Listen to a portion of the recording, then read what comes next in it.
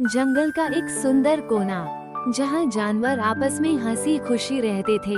लेकिन एक समस्या थी, भोलू हाथी। वो बेहद आलसी था और कभी भी अपने काम खुद नहीं करता था। वो हमेशा दूसरों से मदद मांगता और अपनी ताकत का इस्तेमाल करके उन्हें डराता। एक दिन की बात है, चींटी गुड्डी अपने छोटे छोटे पैरों से अनाज का दाना अपने घर ले जा रही थी।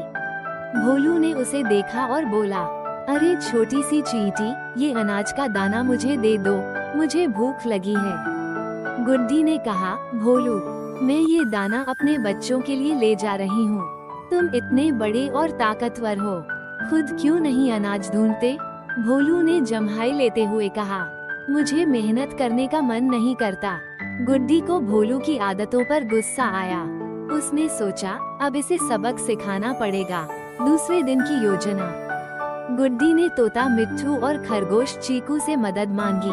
तीनों ने मिलकर एक योजना बनाई।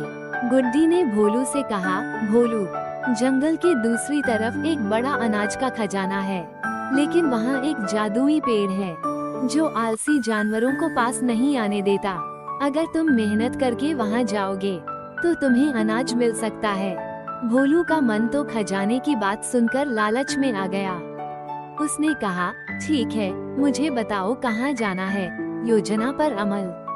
भोलू जैसे ही जादुई पेड़ के पास पहुँचा, मिट्ठू और चीकू ने पेड़ के पास खड़े होकर जोर जोर से आवाज लगाई, ओ जादुई पेड़, देखो, एक आलसी जानवर तुम्हारे पास आ रहा है। पेड़ के पास एक गड्ढा था जो मिट्ठू और चीकू ने मिलकर पहले ही खोदा था। भोलू जैसे ही पेड़ के पास गया, उसका पैर गड्ढे में फंस गया। वो चिल्लाने लगा, मुझे बाहर निकालो। गुड्डी वहाँ आई और बोली, भोलू, अब समझ आया कि मेहनत करने का क्या मतलब है। अगर तुमने पहले खुद मेहनत की होती तो आज ये दिन न देखना पड़ता। भोलू ने शर्मिंदा होकर कहा, मुझे माफ कर दो।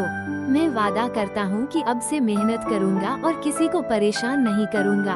अंततः भोलू ने अपनी गलती सुधारी और जंगल के सभी जानवरों के साथ मिलजुल कर रहने लगा।